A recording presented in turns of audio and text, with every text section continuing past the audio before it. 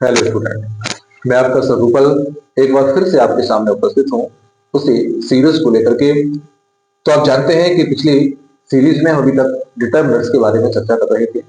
आज उसी टॉपिक पर हमारा एक अगला वीडियो लेक्चर होने वाला है, जो कि होने वाला है सम, एनी, मच और मैनी के ऊपर।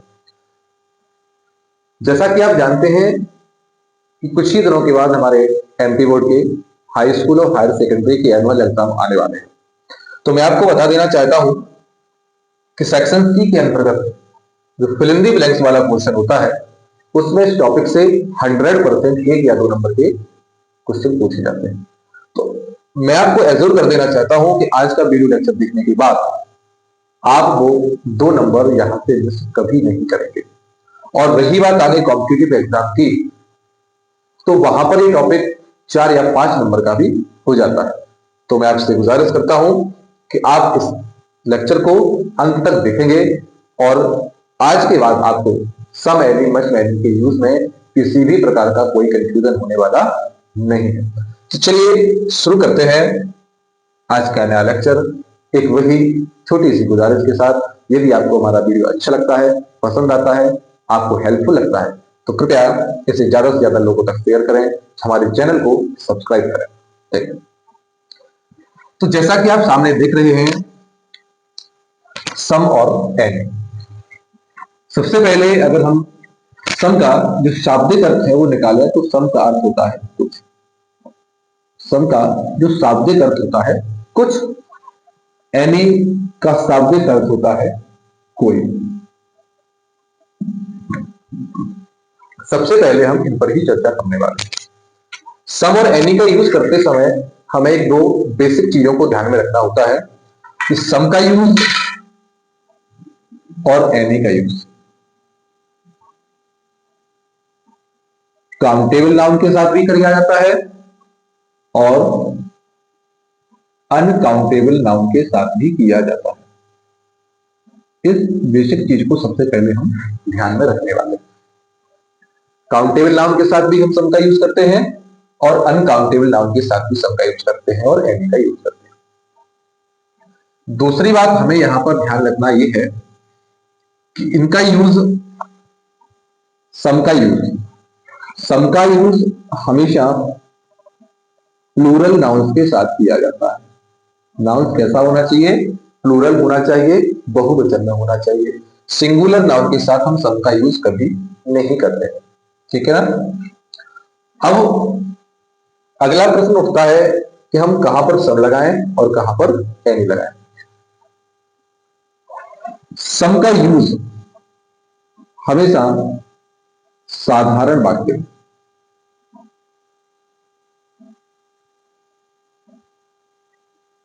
यानी कि अफर्मेटिव सेंटेंस में किया जाता है।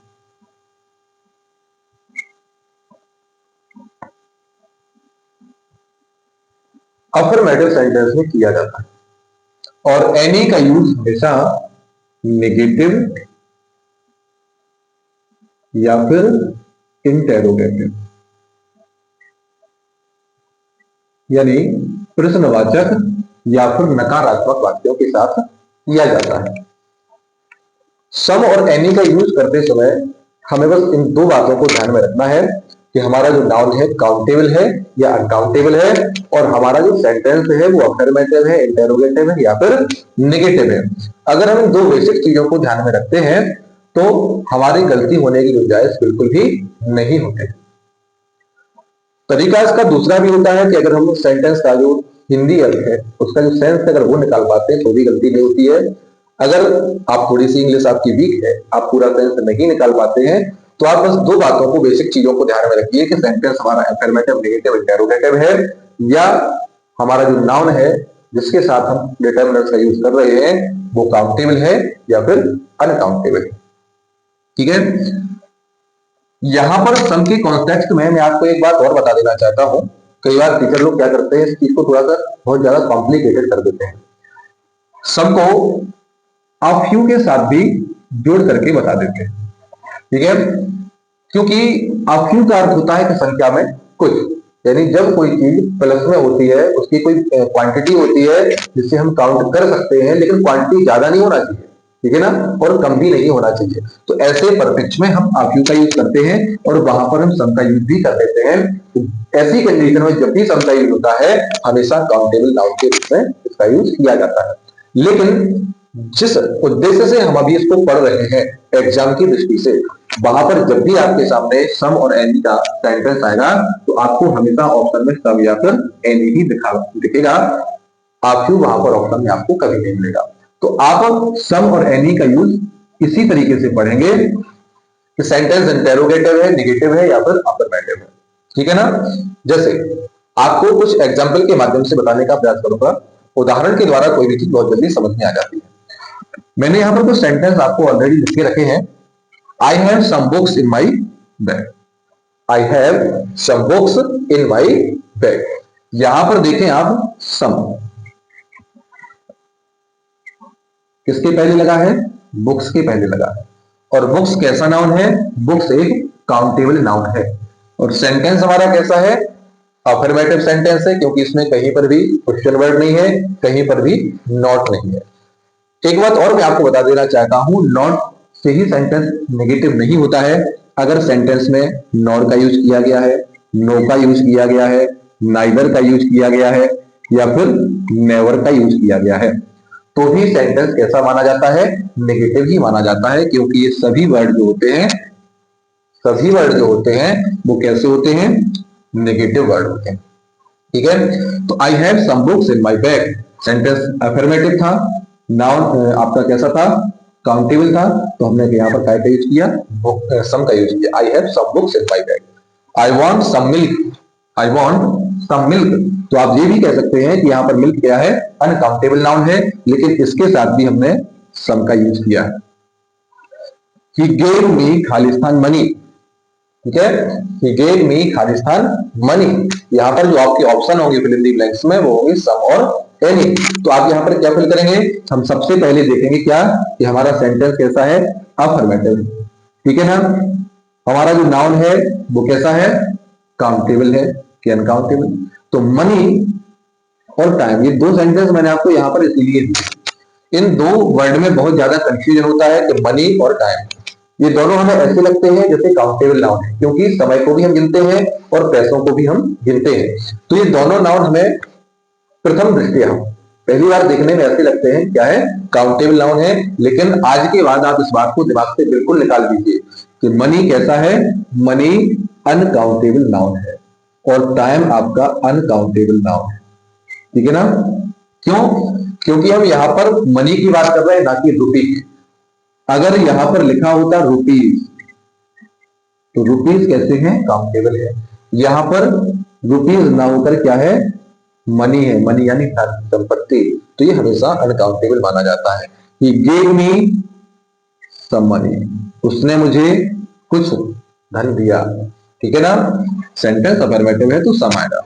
आई हैव खालिस्तान टाइम फॉर यू, मेरे पास तुम्हारे लिए कुछ समय है, तो I have some time for you, ठीक है।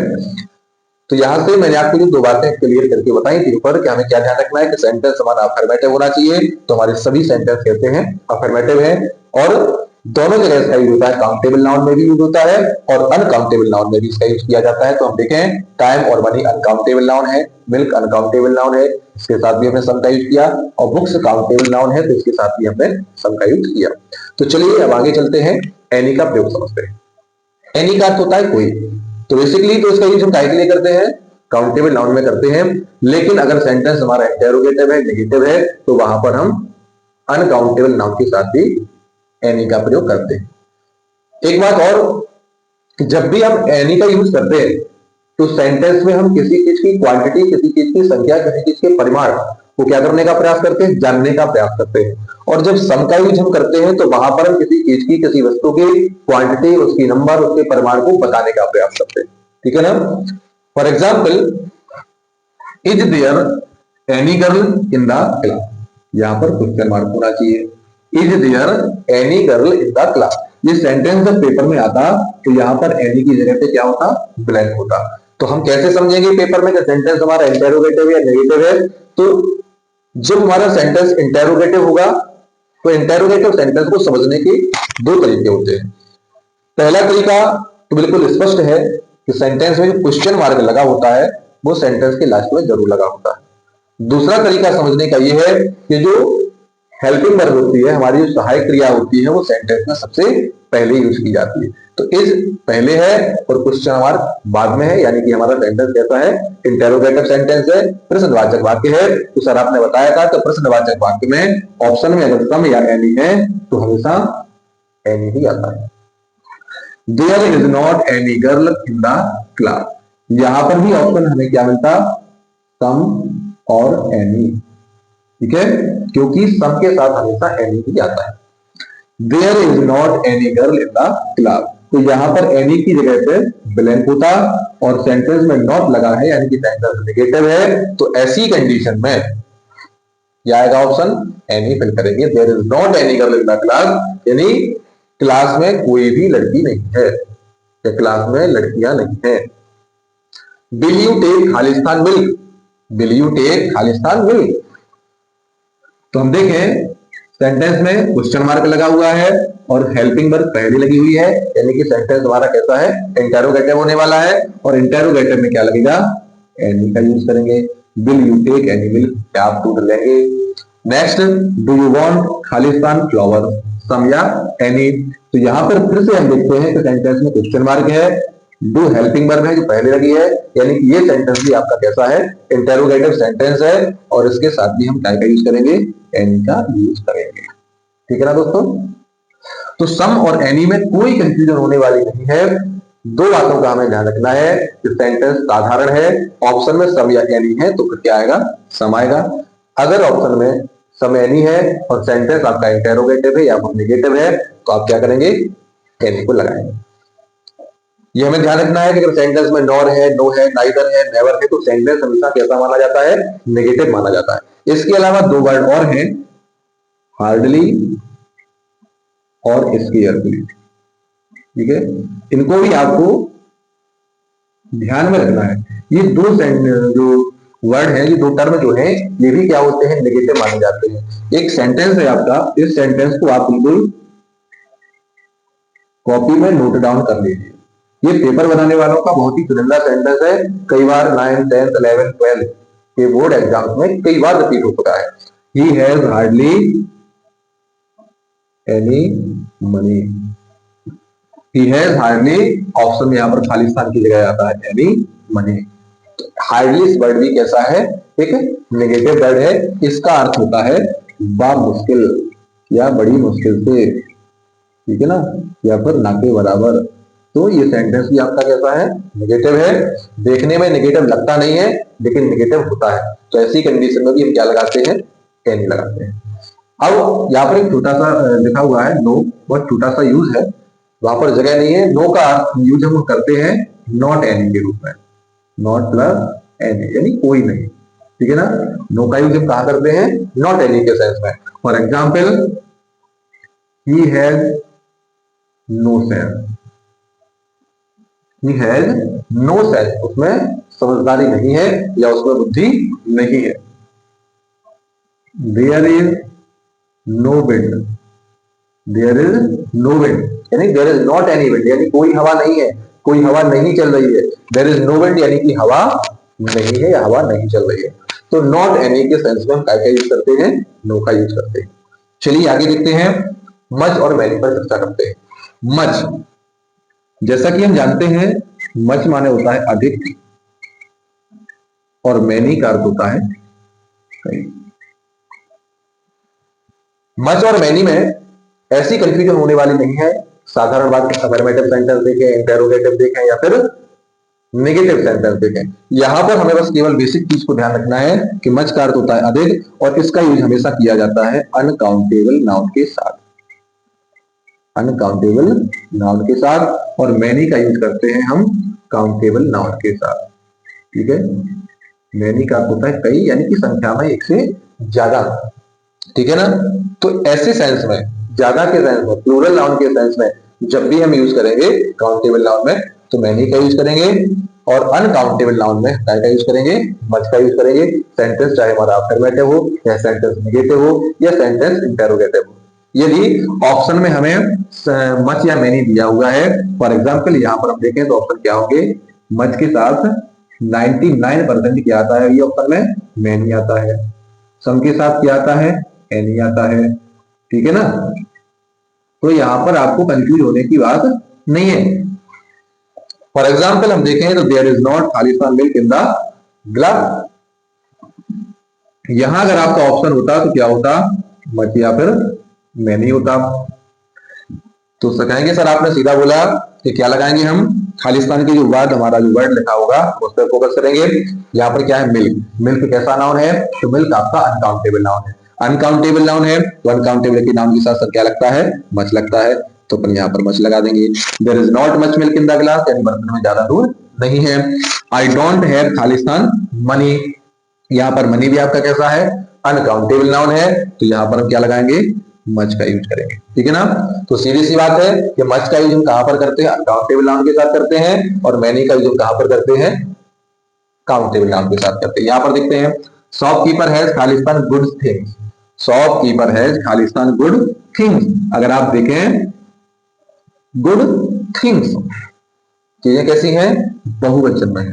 तो मैनी का यूज कहां पर करते हैं, मैंने आपको बताया था प्लूरल नाउन के साथ, बहुवचन संज्ञाओं के साथ, और काउंटेबल नाउन के साथ। तो थिंग्स वस्तुएं हैं, काउंटेबल भी है और प्लूरल भी है, तो क्या लगेगा इसके साथ, मैनी आएगा। शॉपकीपर है मैनी गुड थिंग्स, दुकानदार के पास कई सारी अच्छी चीजें, अनेक अच्छी चीजें हैं। खालिस्तान बॉयज आर एब्सेंट टुडे। ठीक है ना, अब यहाँ पर टुडे के लिए नहीं लगा रहे हैं, पर किसके लिए लगा रहे हैं, बॉयज के लिए यूज कर रहे हैं। तो बॉयज बहुवचन में है, प्लूरल नाउन में है, तो इसके साथ भी क्या आएगा, मैनी आएगा। Many boys are absent today, कई छात्र आज अनुपस्थित हैं। कालिदास हैज रिटन खालिस्तान प्लेस। मच और मैनी ऑप्शन में दिए हुए हैं।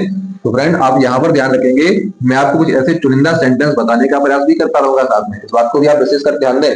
जो प्रीवियस एग्जाम में एग्जामिनर ने बहुत बार इन सेंटेंस को क्या किया है, रिवाइज किया। जैसे एक सेंटेंस है, he has hardly any money. ये सेंटेंस बोर्ड एग्जाम में कई बार रिपीट हो चुका है, आप प्रीवियस पेपर उठा करके देख लीजिए। सेकंड सेंटेंस यहां पर मैं आपके सामने लेकर आऊं, कालिदास हैज रिटन खालिस्तान प्लेस। ये सेंटेंस भी स्टूडेंट बहुत बार एग्जाम में पूछा जा चुका है। ठीक है ना, तो Kalidas has written many plays. Plays कैसे लगा हुआ है, प्लेस माने क्या होते हैं, प्ले माने होता है नाटक। तो कालिदास जी ने कई सारे नाटक लिखे हैं। ठीक है, मैनी के साथ में, मैनी की जगह हम सेवरल का यूज भी करते हैं। ठीक है, तो सेवरल और मैनी के यूज में कोई भी डिफरेंस नहीं है। जिन कंडीशन में मैनी का यूज किया जाता है, उन्हीं कंडीशन में सेवरल का यूज किया जाता है। बस बशर्ते वो हमें यहाँ पर ऑप्शन में दिया हो। अगर सेवरल दिया है तो फिर मैनी नहीं होगा, और मैनी दिया है तो फिर सेवरल नहीं होगा। A lot of, a lot of का अर्थ होता है ढेर सारा या फिर बहुत ज्यादा। इस सेंस में, इस अर्थ में जब भी हम यूज करेंगे तो वहां पर अ लॉट ऑफ का यूज होगा। For example, the boys made a lot of noise. बच्चों ने बहुत शोर मचाया। बच्चों ने बहुत शोर मचाया। तो आज हमने चर्चा की सम, एनी, नो, मच, मैनी और अ लॉट ऑफ के ऊपर, सेवरल के ऊपर। अब आपका कुछ ही डिटर्मिनर्स रह गए हैं, जैसे कि little, a little, the little, few, a few, the few. तो अगले वीडियो लेक्चर में हम इन बचे हुए डिटर्मिनर्स के ऊपर चर्चा करने वाले हैं, और इसी के साथ हमारा डिटर्मिनर्स की जो सीरीज है वो पूरी हो जाएगी। और ये सीरीज पूरी होने के बाद मैं आपको एक एक्सरसाइज लेकर के आऊंगा, जिसमें हम सभी डिटर्मिनर्स के बारे में बहुत सारे एग्जाम्पल यहाँ पर सॉल्व करेंगे, जो एग्जाम की दृष्टि से आपके लिए बहुत ही महत्वपूर्ण होने वाले हैं। उस सीरीज में, उस लेक्चर में मैं आपको ऐसे चुनिंदा सेंटेंस लेकर के आऊंगा जो पेपर में कई बार रिपीट हो चुके हैं या आने वाले बोर्ड एग्जाम के लिए बहुत ही महत्वपूर्ण होने वाले हैं। तो प्लीज हमारे चैनल पर बने रहिए, इसी प्रकार से हमारे चैनल को प्यार देते रहिए।